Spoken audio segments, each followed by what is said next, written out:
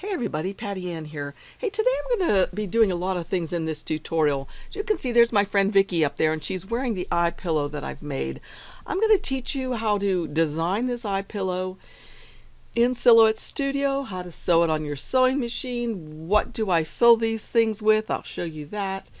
And also, I sublimated onto this eye pillow that I made for Vicky. So it's going to be sublimation, sewing, designing in Silhouette, and just having fun. So I hope you join me. Okay, the first thing I'm going to do is come up here to File and Open, or File and New, I guess.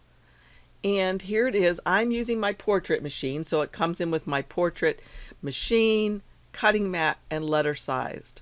I am making this piece of fabric 8 by 10. So the first thing I'm going to do is get a rectangle and draw something out like that, any size, and then come up here, unlock the lock, and make this width 8, hit enter, and I'm going to make its height 10, enter.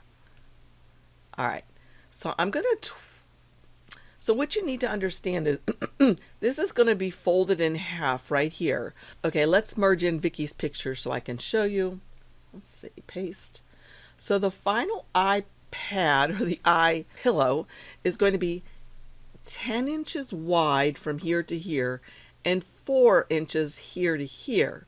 So this part that is right now 8 inches, there's going to be a fold right here. So I'm going to get the line tool, hold down my shift key, and just draw a line close to the center, kinda. Doesn't matter. Then I'm going to draw a box around both of these things and come up here and say, center it, align center from left to right. So there it is, perfect. So now I'll know if I only wanted to say let it be on one side, I will put it on either this side or this. It doesn't matter.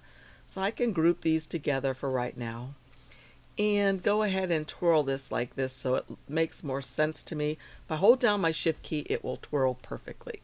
Okay, so the next thing that I did was I got a design for the background from Creative Fabrica. So I'm going to bring that in as well now too. So I'll go, but I can move Vicky's picture. So I'll go File and Merge, and it should be in the sunflowers. I've already downloaded this. I'll put a link for you down below in case you want to use the same thing. Okay, and these are the images or the sunflowers that I get. The one I chose to use was this one, but I think this time I'll choose this one. So I'm going to double click on it to open it. But I'm going to tell you something. I did it a little bit differently last time. So I'm going to delete this. So watch y'all.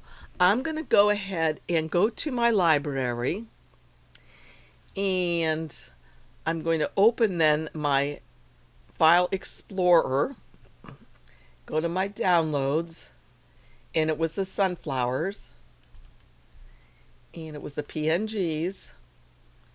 And now I'm going to minimize this page just a little bit because what I want to do is to drag this image right into my pattern folder like that. See that? So now it used to say I had 84 patterns. Now it says I have 85. Let's drag in another one. So right now you see down here it says 85 patterns. Let's drag this one in. Now it says I have 86 patterns. And the reason why I wanted to do that is I'll show you in just a second. It's something pretty cool if you're not familiar with using the patterns in Silhouette.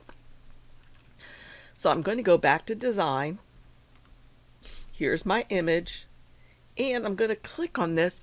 I'm going to come over here to the paint palette on the right, to open the fill panel, and I'm going to go to Patterns, and at the very bottom we have patterns listed here. Look, there are those 2 patterns I just brought in. So I'm going to go ahead and bring this one in, and it looks just like it did before, right? But here's the difference. Now, with it being a pattern, I can scale this pattern however I'd like, which is really cool. Okay, so maybe I want a few more in there like that instead of the way it was. And if I wanted to, I could pan the pattern. Notice when I click on this, well, I have to click on the pattern first. Pan puts this little thing right here. So I can move this around however I'd like. I can also change the angle of the pattern.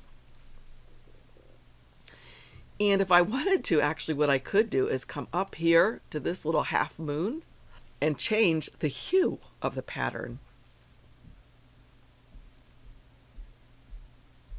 But I'm going to leave it at the purple. Okay, the next thing I did was I came up here and said File and Merge. And I'm going to merge in the B. So that's Downloads, and it was the Let It Be Hippie. There it is. It's going to come in really, really big. It's kind of hard to work with it because it's so big. So what I'm going to do is go ahead and lock this lock right here, and I'm going to make its width, no, its height 5, and hit enter. And that's going to let me be able to begin to see what I think about how it's going to fit on just the front of this. All right, I think that's really going to fit well, but notice it's kind of hard to see it a little bit. So what I'm going to do is I'm going to put an offset on it. So I'm going to bring it over here so I can see what I'm doing more clearly, and come over here to the offset panel and say offset. And the reason why I really like this B is because this is supposed to be for relaxation. This little eye pillow shuts out the light, and I'll tell you about the aromatherapy part of it later. And it's really going to make it cute. So I'm going to change that offset to white, I think. And I'm going to drag this over and see, do I like that? Yeah, I actually do. I think that's good, just like that. So I could group these two things together if I'd like. Now bring it over. And I have to be mindful of the fact that this is going to be a fold right here, and there's going to be stitching right here. So I want to make sure that it's not too big, but I think it's perfect. And if I want to, I could click on this, hold down my shift key and click on the other big thing, and then come here and center it. And now that's ready to go. Okay, the next thing I will do then is go to File and Print, and I will have this go to my printer that has sublimation ink in it. I already have some settings made up for it. So this is the printer. If I go to Preferences, I've made some sublimation presets that I wanted for it. So the settings always remain the same. But you'll have to look for your printer, what are the best. So I've already printed this, so I'll say cancel, and you can see it right here. The next thing I'm going to do is make sure that there aren't any strands of anything on this cloth, and I should use my roller, but I'm not sure where I put it. So I'm just going to go like this, and I'm going to go ahead and use my heat tape and tape this right to the paper so it doesn't move, because I'm using my Cricut Easy Press, and I will have to use it twice to get this whole thing covered. So I'm making sure that I get this nicely taped down so it doesn't move when I move my heat press. So I'm just taping it to some paper, or to the paper onto which I've printed the design. And I'm probably overachieving a little bit, but I really don't want it to move, because I want that word "let it be" to be very crisp and no ghosting at all. So my Easy Press has been heating up. Whoops, that's not good. Oh. Okay.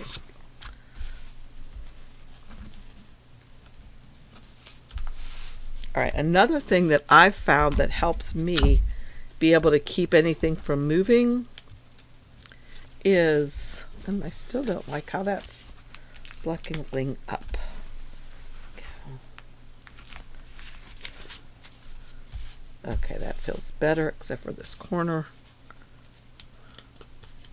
right here.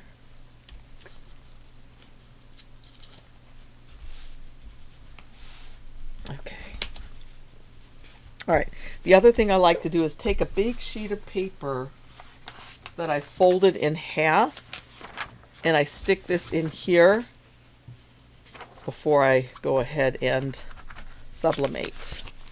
Like that.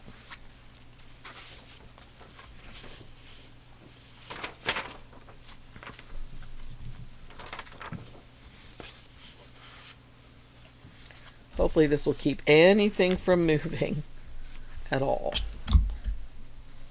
And if I wanted to really be a nut, I could probably even tape this thing down a little bit, the whole little sandwich. This is probably way overachieving, but I want it to turn out nice for you guys. So here's, I've got this set on 400 degrees for 60 seconds. So we'll do this part. After the 60 seconds, then I'll move it down to do this end down here.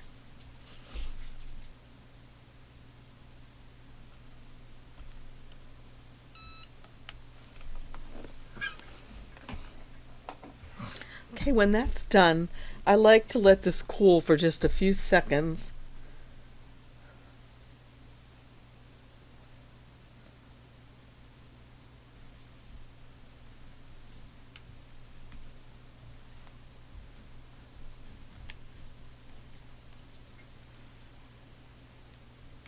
And now for the reveal.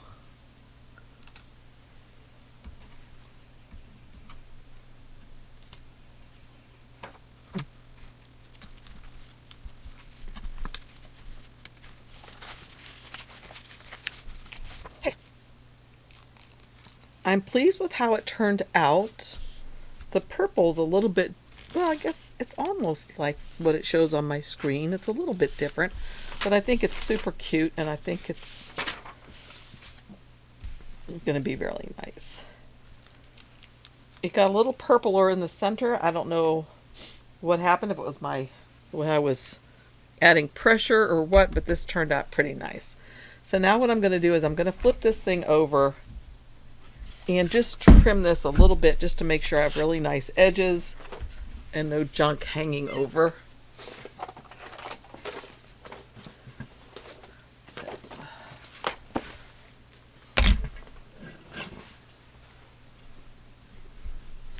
And by junk, what I mean is threads. So let's see, make it straight.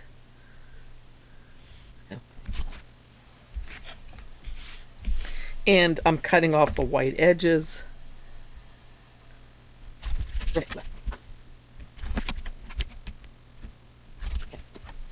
Okay, the next thing I'm going to do is go ahead and fold it in half and pin it. And I'm going to sew, starting maybe here, going to go down to this edge, pivot, go here, pivot, and here, and pivot. I'll leave this opening because that's how I'll turn it right side out and be able to fill it. Okay, it's all pinned and ready to sew. So I'm going to begin here at this pin, put down my presser foot, and go ahead and start sewing. And I'll do a few back stitches and then sew some more. When I get to the corner, as I mentioned, I'm going to pivot, which means put my needle down in and turn and keep sewing.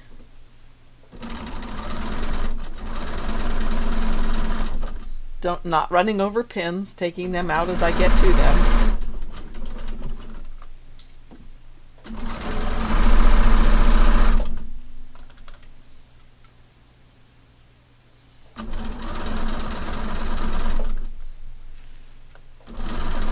Again, coming up to a pivot, or pivot, and this time I'll go all the way to the edge.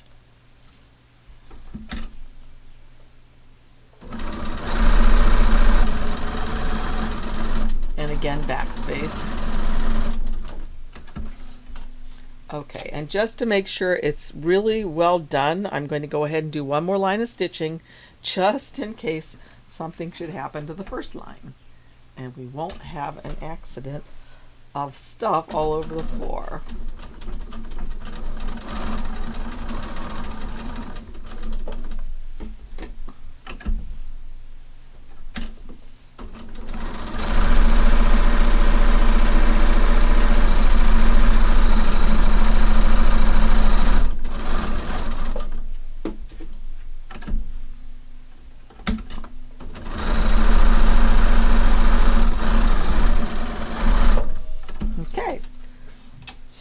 And now I'll simply turn it right side out.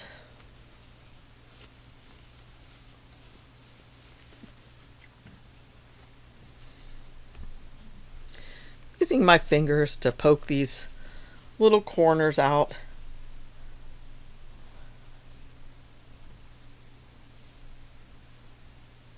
Okay, here we go. Now that looks beautiful. The next thing I'll probably do, or I will do, is turn this little pad back over again. And if my easy press was still on, which I'll turn it on right quick, I'll go ahead and push this under and give it a little press.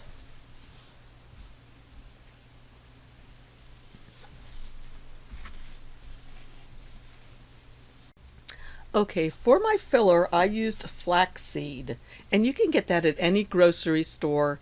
I got mine organic flaxseed at a co-op.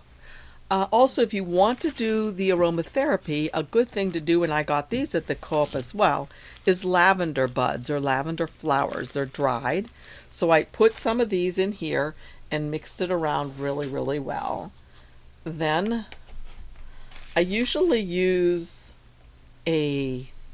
well, you can use a funnel, but I just made my own funnel out of a sheet of paper and stuck it in here to be able to fill my bag. So I'll probably put about 10 of these little scoops. I just go by the feeling, and I'll show you what it looks like if it's filled up where I think is a good amount. You don't want it to be so heavy that it is bothersome to the person, but you don't want it to be really, really light either, because it feels good to have that little bit of pressure. All right, so I can tell right now I may have put too much in here, because see how big and fat that is?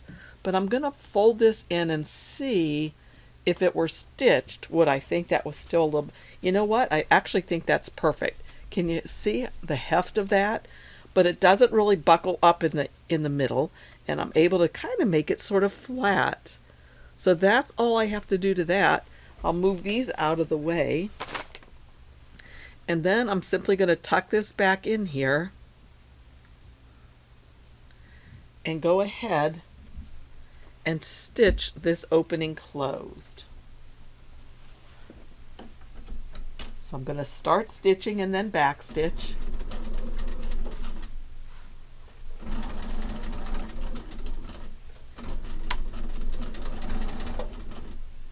Make sure I really have this, well done.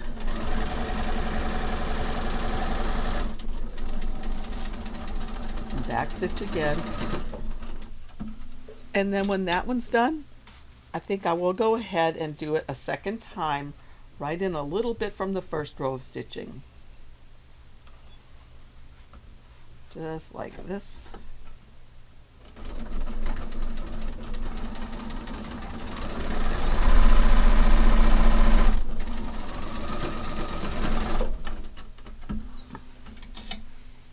Okay, and trim off these pieces.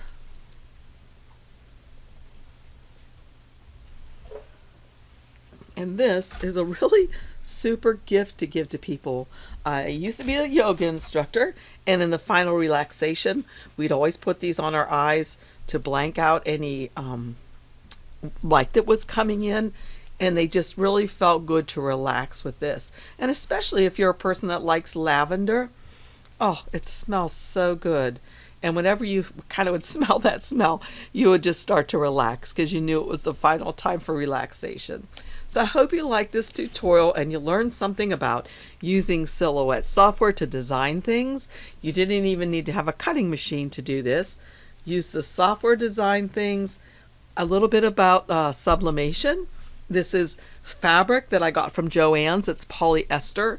Another fabric that's nice to use is a satin type fabric so that it really feels silky on your face. So thanks so much for joining me. Please give me a thumbs up and subscribe. I really appreciate it a lot. Oh, hit that bell too, please. Thanks again. Oh, I'll have the link for these things down below for you too if you want to see exactly what I used. So let it be. Let's relax. Chill. Bye, y'all.